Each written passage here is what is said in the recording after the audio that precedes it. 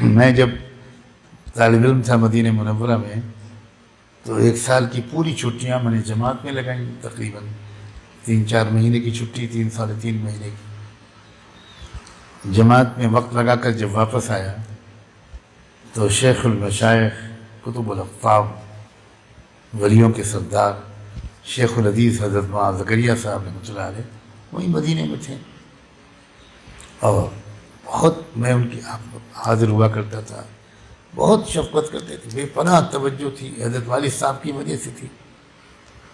میں جب جماعت میں وقت لگا کر آیا، بہت لمبا وقت، اپنی پوری چھٹیاں، اور شیخ کے یہاں حاضر ہوا تو مجلس کے بعد لائن لگا کر لوگ مسافہ کرتے تھے، میں بھی لائن میں کھڑا ہو گیا، اور میں جب پہنچا میری باری آئی، شیخ نے مجھے دیکھا اور ہاتھ کھینچ لیا، مسافہ کرنے سے انکار کر دیا، کہا یہاں کیا لیا ہے، تو حضرت جی ہو گیا، جا تبلیغ ہو جا۔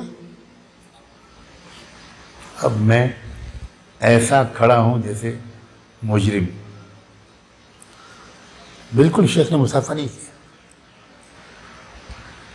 مجھے اپنی غلطی کا احساس ہوا، میں تو سمجھ رہا تھا حضرت شیخ بہت خوش ہوں گے، الٹی ڈانٹ پڑ گئی۔ میں تو شیخ کے قدموں پہ گر پڑا، بہت رویا۔ اس کے بعد شیخ نے بہت پیار کیا اور کہا کہ پیارے، تیری اصلاح اپنے باپ کی پٹی سے لگے رہنے میں ہے، تو مجھ سے پوچھتا تو میں کبھی تجھے جماعت میں جانے دے دیتا۔ پہلے ہی دن، جس دن چھٹی ہو اس دن پہلی فلائٹ سے گھر جایا کر اور آخری فلائٹ سے واپس آیا کر، تیری اصلاح اس میں ہے۔ اب یہ ہے مرد دانا، مرد حکیم، ورنہ جماعت میں جانے سے بہتر بھی کوئی عمل ہے۔ لیکن وہ جانتے تھے، وہ لوگ وہی جانتے ہیں، ہم نہیں جانتے کہ اصل میں اس کی اصلاح وہاں ہوگی جہاں اس کا تکبر ٹوٹے گا، جہاں اس میں تواضع آئے گی، جہاں اس کو دن میں 5 بار ڈانٹ پڑے گی۔